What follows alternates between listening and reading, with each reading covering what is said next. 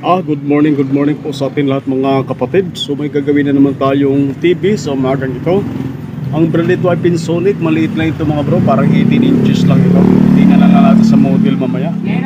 Ang problema daw nito ay walang power. Minsan nagkaka-power naman daw, kaya lang ayaw mag-on kahit sa remote. So plug in natin, no? Yan, naka-plug in na siya. Yan. Wala tayong makitang power indicator. Dapat may pula rito. Pero sabi na may-ari, minsan nagpupula, kaya lang kahit pindutin sa likod yung switch niya, tsaka sa remote, ayaw pa rin mag-on. Kaya tapos nawawala din yung power indicator dito. Katulad dito mga bro, wala siyang power indicator. Kaya bubuksan na lang natin. Maliit lang ito mga bro, na Pinsonic. So sa tingin ko ano lang to, 18 inches. Tingnan natin yung model number dito sa likod. 16 yan, nakalagay yung bro, 16 inches LED television. Model number LED 1659. Ibig sabihin 16 inches lang ito mga bro. So bubuksan na lang natin, alamin natin kung anong problema nito.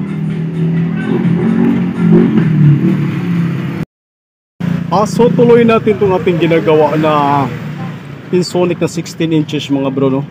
So na-check ko na yung power supply nito. Buo naman yung power supply niya na 12 volts. So plug in natin para makita nyo rin. Yan.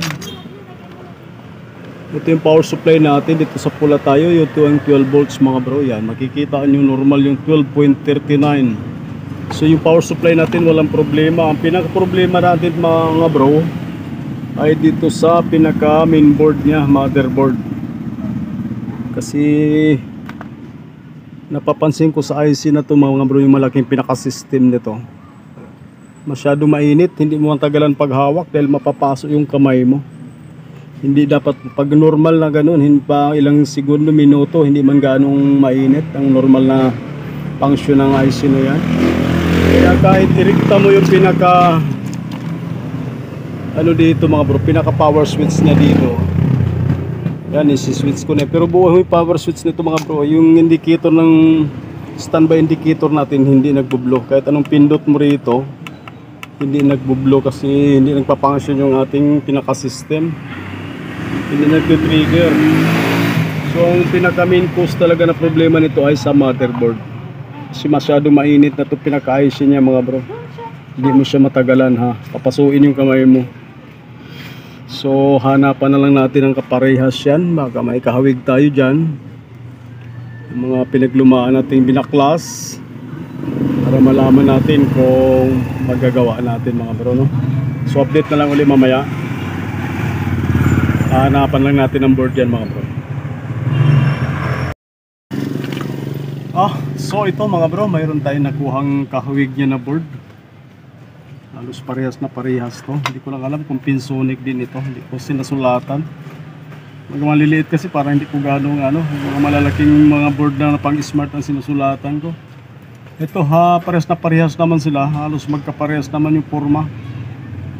Pati yung IC. Halos lahat magkawig. Salpak na lang natin mga bro. Alamin natin kung magka-match pa dito. Try na lang natin ikabit.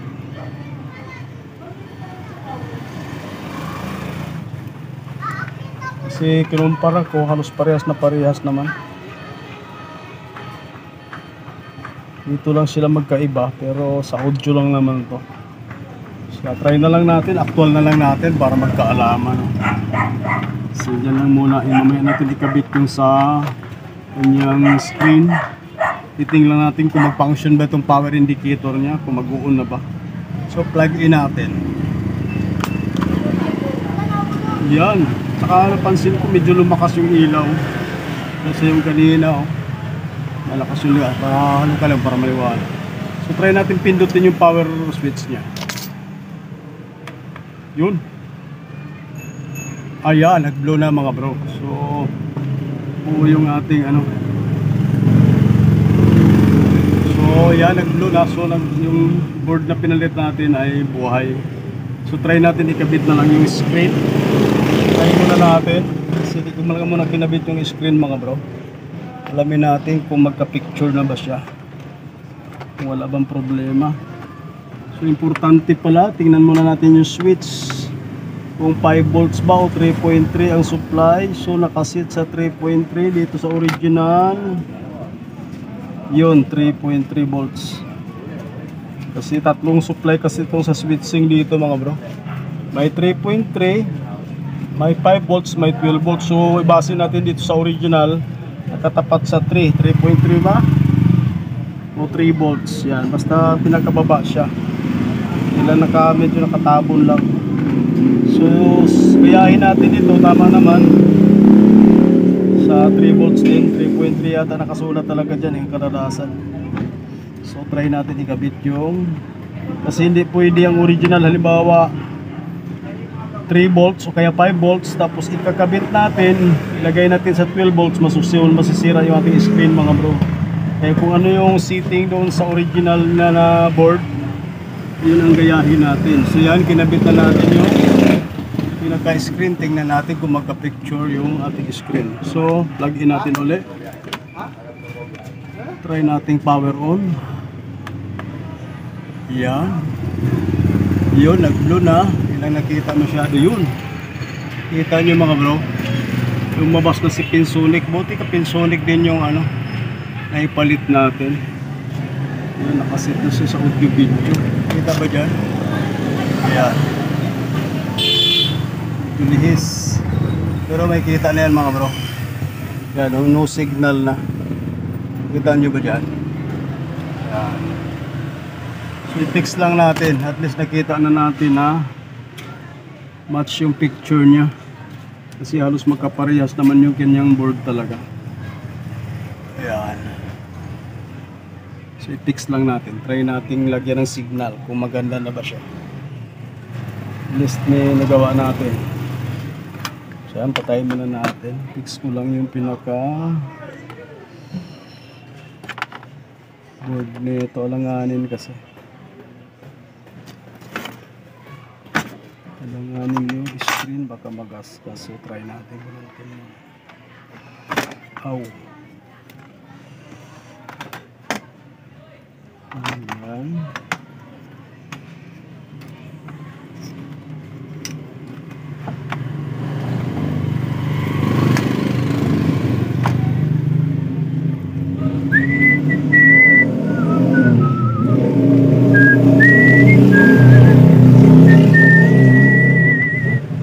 Ay, audio pala. Hindi pa natin naikabit. Speaker. Hindi pa pala natin naikabit. Naiwan na naman siya.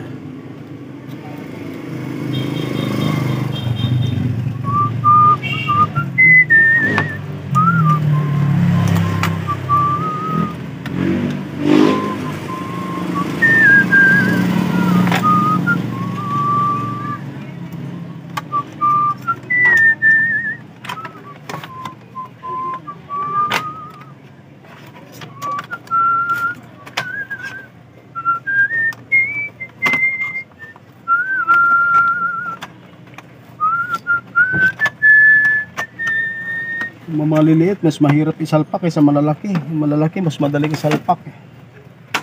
Yan, isalpak din.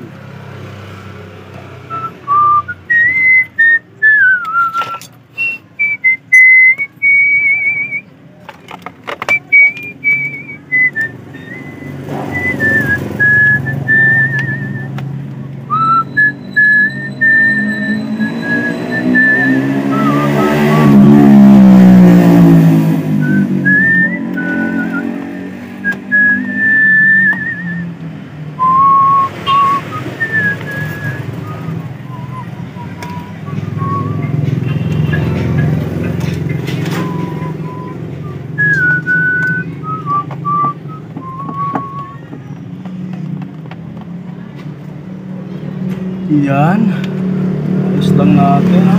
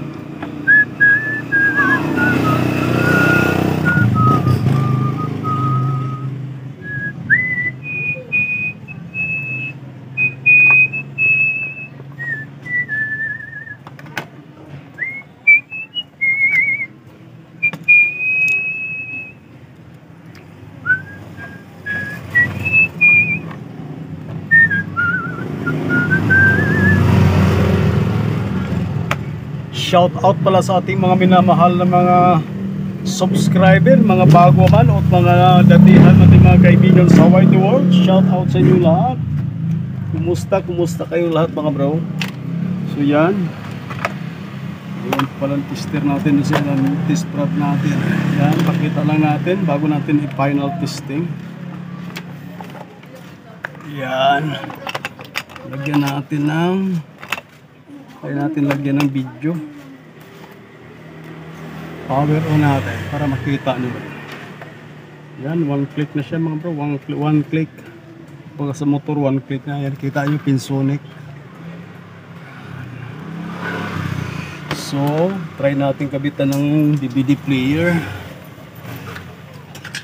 So, ano ba yung may huwagang DVD player natin?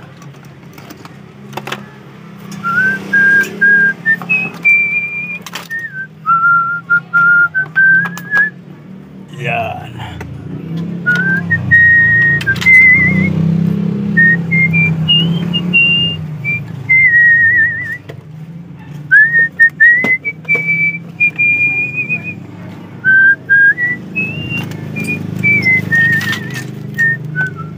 Try natin lagyan ng signal.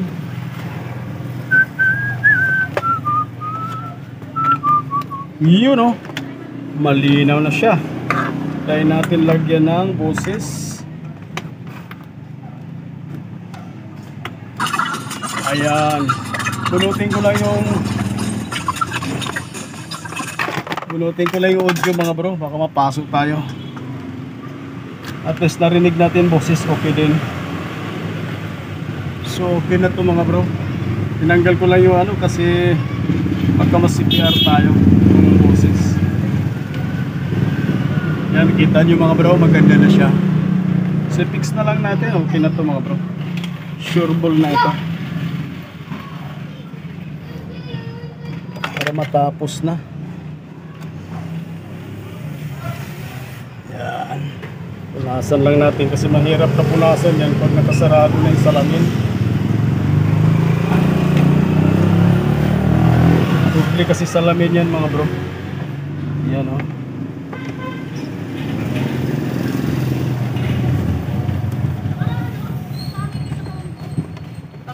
Tagal-tagal ka nagawa mo, sanay na sanay.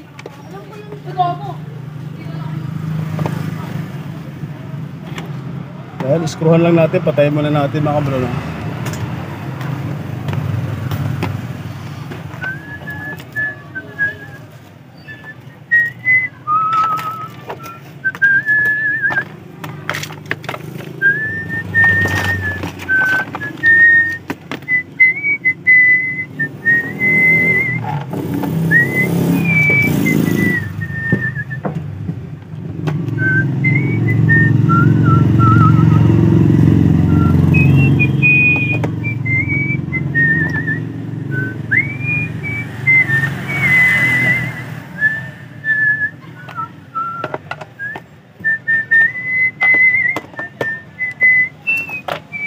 So kabitan natin ang TV Plus para may babad muna natin.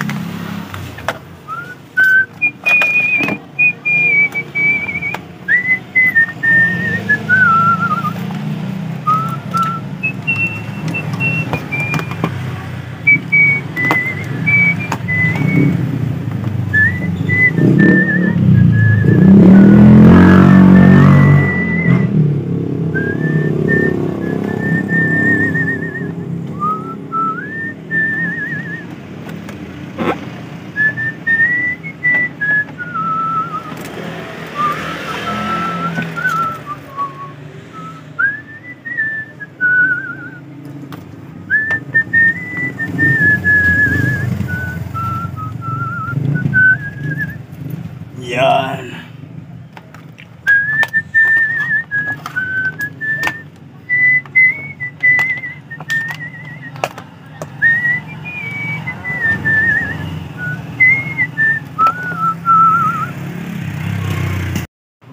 So ito na mga bro, final testing na natin itong ating ginagawa na Pinsonic na 16 inches para matapos na.